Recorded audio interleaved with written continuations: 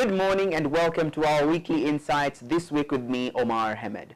Before we start it off, let's get our headlines first.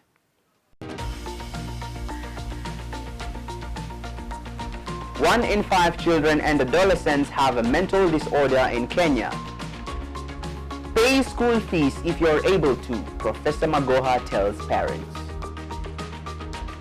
Grade 4, Class 8 and Form 4 learners to be tested. Welcome.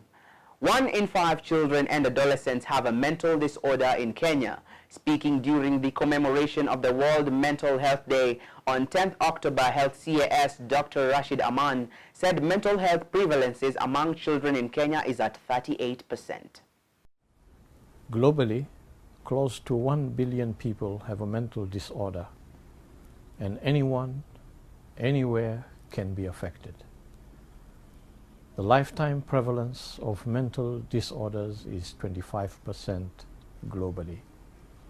In Kenya, it is estimated that the burden of mental illness is 25% among outpatients and 40% among inpatients.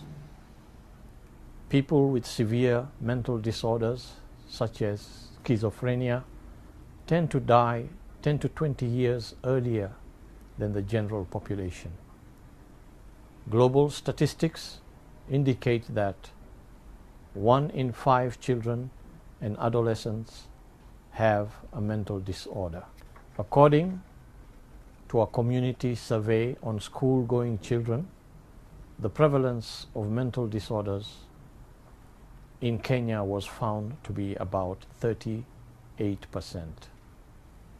Depression is one of the leading causes of illness and disability among adolescents and adults worldwide. It is estimated that 1.9 million people are living with depression in Kenya. 800,000 people die by suicide every year, translating to 1 person dying every 40 seconds. Suicide is the second leading cause of death among young people aged 15 to 29 years. Kenya recorded 421 deaths attributed to suicide in 2018. Hashtag Move for Mental Health. Let's invest. Schools in Kenya reopened on Monday, 12th October 2020, following the Education Ministry's announcement that has seen Form 4 Class 8 and Grade 4 candidates reopen school. We visited Magoha High School, and here are some of the voices. At home, we were just very idle. We were not reading, but we were just doing other works at home. We were very busy with house chores and other activities at home. So we find that reading is difficult. You don't have any time to read. Right now I'm feeling very fantastic because out there it was a little bit challenging because I come from slum area. There's a lot of challenges in slum area. Also, if I'm a teenage boy, there's a drug abuse, peer pressure, and so. Yes, first of all, when we reached at the school, we were given instructions by the teachers. Before we went into the classes, we were given instructions.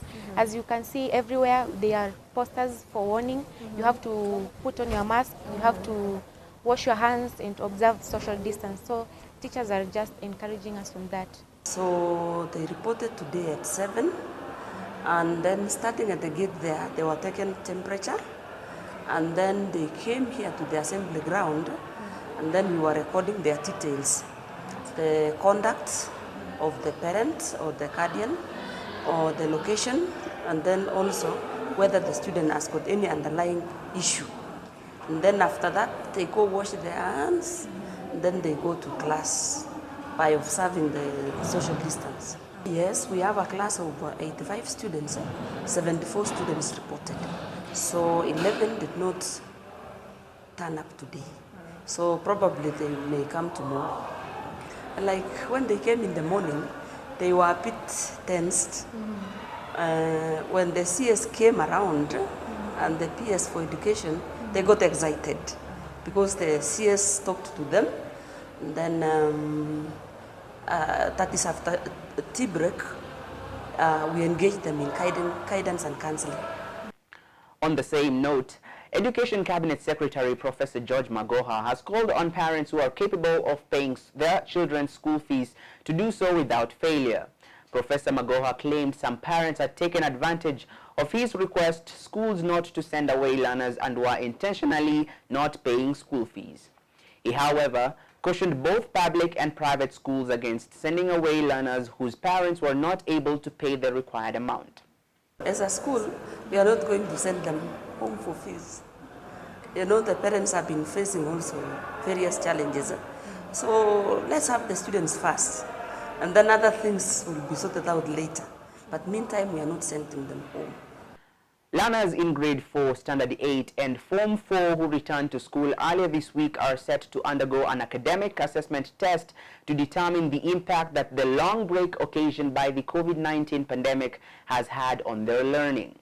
The assessment, to be undertaken by the Kenya National Examination Council, NEC, will be seeking to establish the entry behavior of the learners after reopening of schools in order to give focused interventions to mitigate learning loss. Acting NEC Chief Executive Officer Dr. Mercy Karogo on Thursday, the assessment will cover all topics that should have been covered by March 2020. Nearly 1 in 4 girls aged 15 and 19 years is neither employed nor in education or training, compared to 1 in 10 boys of the same age globally. In Kenya, 23% of girls are married off before they reach the age of 18 years and 4% are married off before the age of 15 years. According to UNICEF, Kenya has the 20th highest absolute number of child brides in the world. Kenya joined the world in commemorating the International Day of the Girl on 11th October 2020. The day aims to highlight and address the needs and challenges girls face while promoting girls' empowerment and the fulfillment of their human rights. Since 2012, 11th October has been marked as the International Day of the Girl. That's all we had for you today, but for more information, you can catch us at our social media platforms at Mtoto News or visit our website at www.mtotonews.com for information about events and jobs for children. My name is Omar Ahmed.